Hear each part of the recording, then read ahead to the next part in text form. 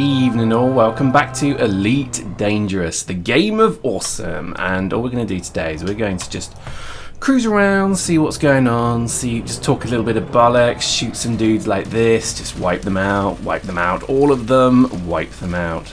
If you saw the last video, hopefully you did, we certainly started to look at, I think maybe where this game's going, and I think one of the things as I do this, oh, isn't that awesome? Isn't that great? God, I love this game. It just looks so pretty.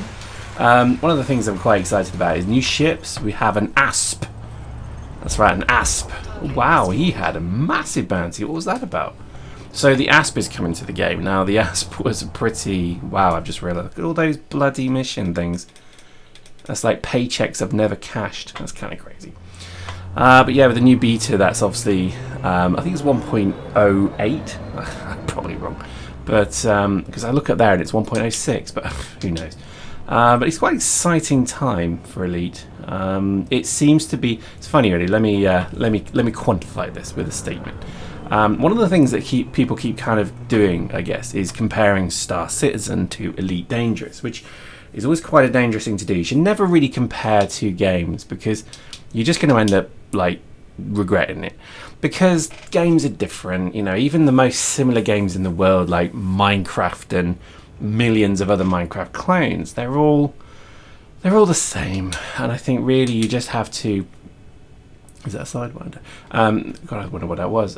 You just have to kind of understand that you can't really compare two games. So Star Citizen and Elite, while they're very similar in their market, in their approach, etc., you can't compare the two. But there is a but. To be honest, one of the biggest things I think that Elite has going for it is it's here. It's a full game. It's already very playable. There's 50 systems, which ain't bad. You know, that's pretty good even for a very, very early beta.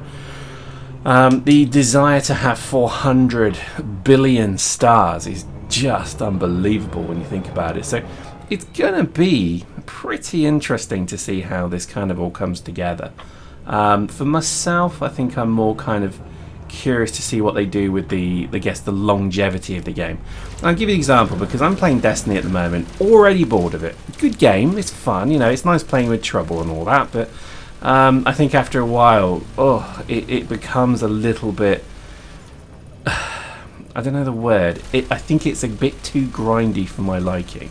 So what I'm hoping they do with Elite is they keep the grind to a minimum. Yes, you should have to do it for certain things. So if you want to be Elite, you should have to grind. Simple as that. But I would love to see a little bit... Look at that, isn't that amazing?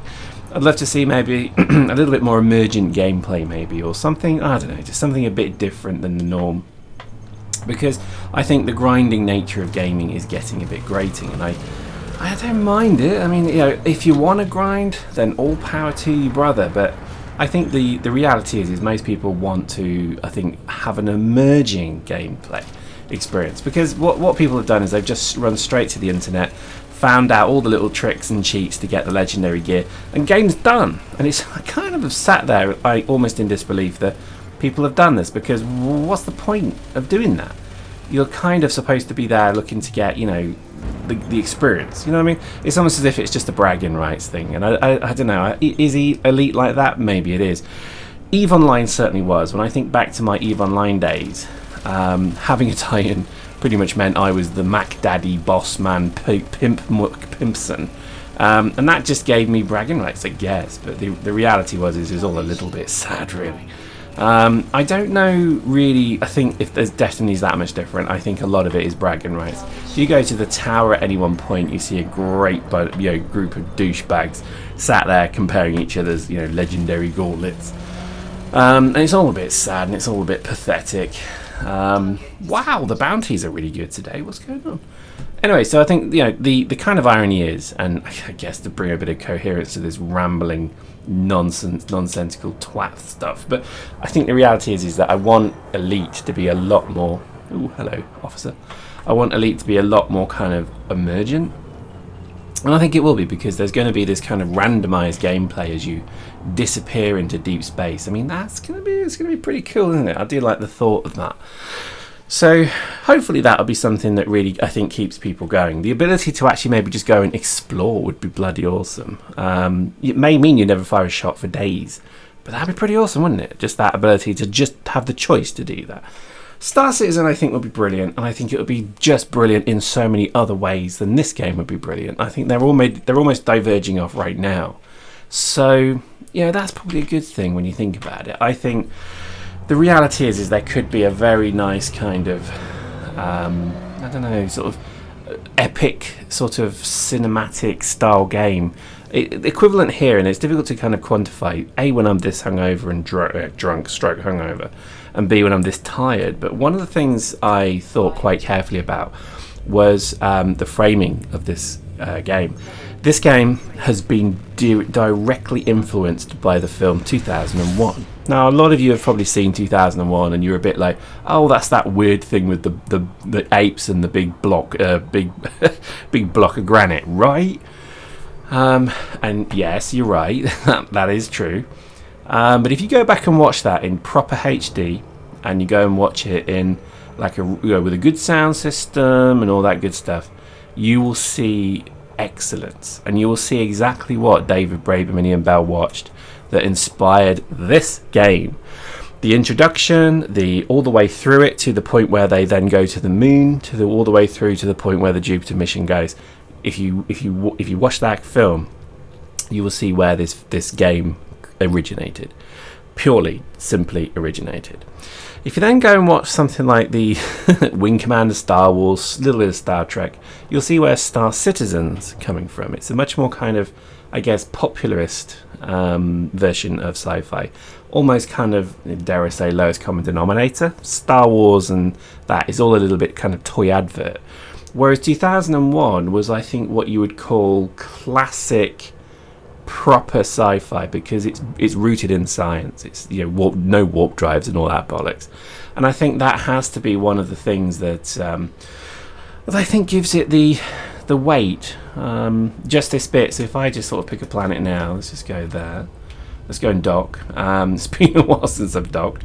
But if you kind of look at the way that, for example, we approach this world right here, you'll see a very, very different style of game. Okay, now even the Eve, this may be absolute gibberish, so please excuse me, but the way Eve works is you right click and you warp to it, so it's an MMO perspective of what space traveling etc should be. Whereas in this game, you're having to manage the spin of the ship, you're having to manage the acceleration and deceleration, you're having to pick then your angle to approach upon. I mean, look at this. This is incredible when you think about it. And I've overshot by quite a way, but on purpose, admittedly. But look at this. I'm actually going to do a full route round. Imagine just exploring a star system, in sub-warp drive. Look at that. That is astonishing when you think about it, isn't it? That is why you play these games. Look how close that moon is to the planet. That must be ripping the surface to pieces. It's all of this.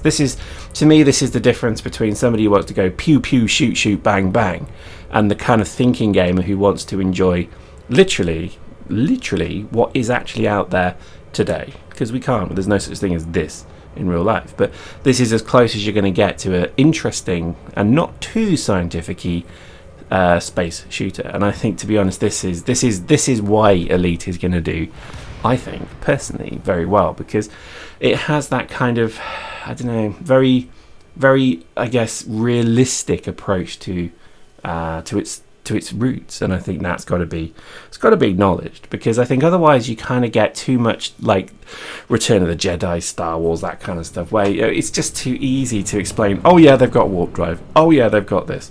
Yeah, Elite does that, but it does it in kind of the wink and the nod to the real world physics that is going on here, gravity and all that good stuff. So I think it kind of works. Anyway, enough rambling nonsense bollocks from me. Hope you enjoyed that. We'll see you next time.